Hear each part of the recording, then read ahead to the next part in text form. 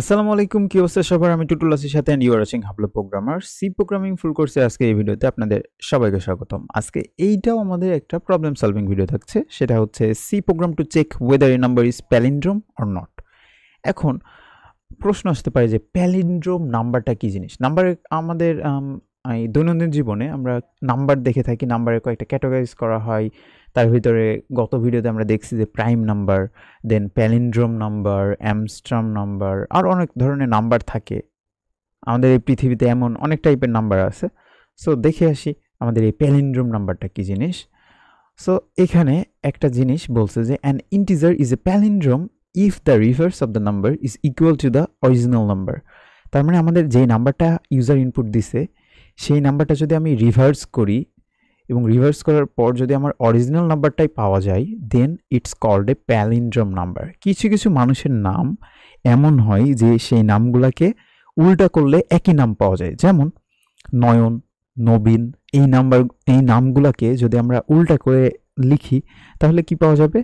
যেই নাম আছে অর্থাৎ নয়ন নয়নই থাকবে, নবীন নবীনই থাকবে। তার মানে কি বোঝাচ্ছে? আমাদের এই নামগুলোও কিন্তু একটা প্যালিন্ড্রোম ক্যারেক্টার বা প্যালিন্ড্রোম স্ট্রিং এমন টাইপের হবে। আর সেম জিনিসটাই যখন আমরা নাম্বারের ক্ষেত্রে অ্যাপ্লাই করতেছি, সেই জিনিসটাকে আমরা প্যালিন্ড্রোম নাম্বার বলে ডাকতেছি। তার মানে কোনো নাম্বারের রিভার্স যদি সেম নাম্বার হয়, দেন আমরা সেটাকে প্যালিন্ড্রোম নাম্বার বলি। এখানে আমাদের যেই কাজটা করতে হচ্ছে সেটা হচ্ছে নাম্বার রিভার্স করা। একটা নাম্বার রিভার্স করার লজিক কিন্তু আমরা কয়েকদিন আগেই দেখছিলাম। সেটা হচ্ছে আমাদের যে নাম্বারটা আছে সেই নাম্বারটাকে আমরা যদি 10 দিয়ে মডুলো ডিভিশন করি তাহলে আমাদের কি পাওয়া যাচ্ছে? হাতের ডান সাইডের বা একক স্থানীয় মানটা পাওয়া যাচ্ছে। সো একক স্থানীয় মানটা আমরা পাওয়ার পর সেটাকে একটা এক্সপ্রেশনের মধ্যে যদি নিয়ে আসি, সেটা হচ্ছে রিভার্সের এই যে এক্সপ্রেশনটা, রিভার্স ইন্টু 10 প্লাস আমাদের যে রিমাইন্ডারটা আছে, এই জিনিসটা বা এই এক্সপ্রেশনটা আমাদের মনে রাখতে হয়। এই জিনিসটা জানা থাকলে কিন্তু আমাদের এই রিভার্সের যে কনসেপ্টটা সেটা কিন্তু আমরা ক্লিয়ার হয়ে যাই। অ্যান্ড এরপরে আমাদের যে নাম্বারটা আছে তাকে 10 দিয়ে ভাগ করতে হয়। আর 10 দিয়ে ভাগ করা মানে একক স্থানীয় মানকে আমরা ডিলিট করে দিচ্ছি 10 দিয়ে ভাগ করার মাধ্যমে। আমাদের হাতের ডান দিকের যেই নাম্বারটা থাকতেছে সেটা আমরা মুছে দিচ্ছি এই 10 দিয়ে ভাগ করার মাধ্যমে। ওকে, এই সেম জিনিস। সো এই সেম জিনিসটা করার পর আমরা রিভার্সের মধ্যে সেটা স্টোর করে রাখতেছি রিভার্স নাম্বারটা।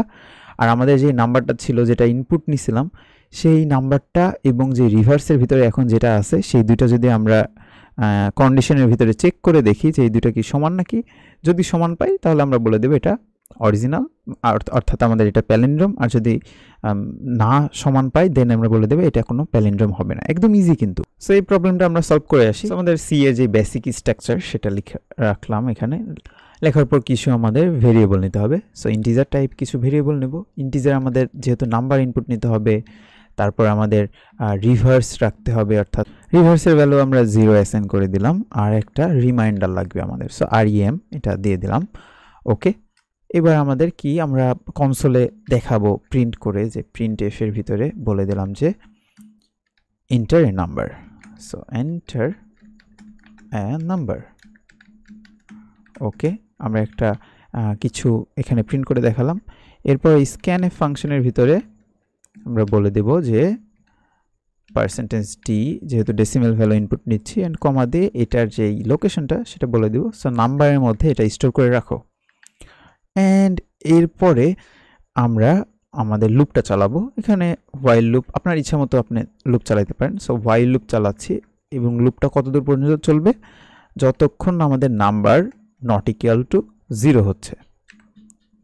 সো আমাদের নাম্বার নট ইকুয়াল টু 0 যতক্ষণ হচ্ছে ততক্ষণ আমাদের এই লুপটা চলবে।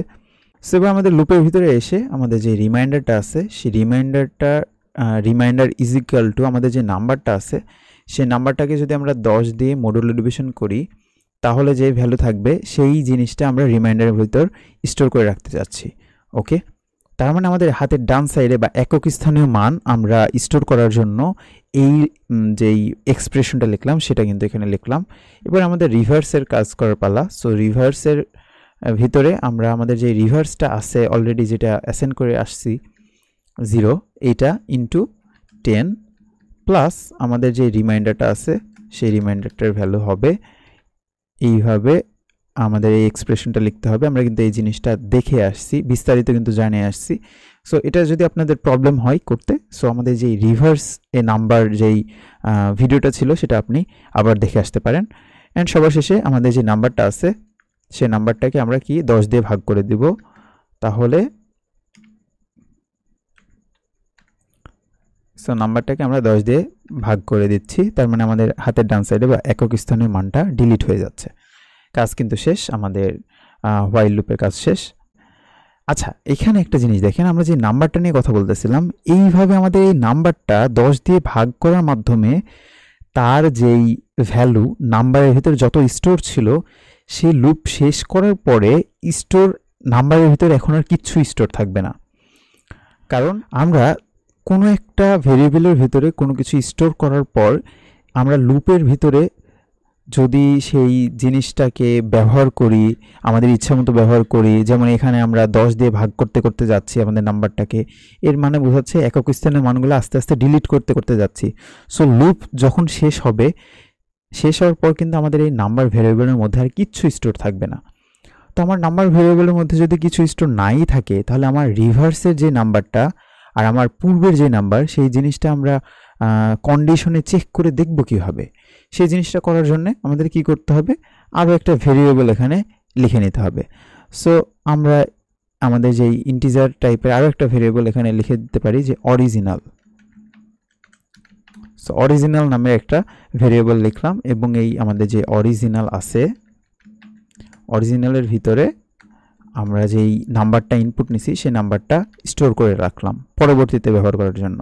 সো লুপের বাইরে গিয়ে আমরা ইফ স্টেটমেন্টের ভিতরে আমরা দেখতেছি যে অরিজিনাল নাম্বারটা আর রিভার্স নাম্বারটা কি সমান নাকি। So original double equal reverse আর ইভি। ওকে, যদি এই দুটো সমান হয় তখন আমি কি বলবো, যদি সমান হয় তখন আমরা প্রিন্টএফ ফাংশন চালাবো, অ্যান্ড প্রিন্টএফ ফাংশনের ভিতর বলে দেব যে এটা একটা প্যালিন্ড্রোম নাম্বার।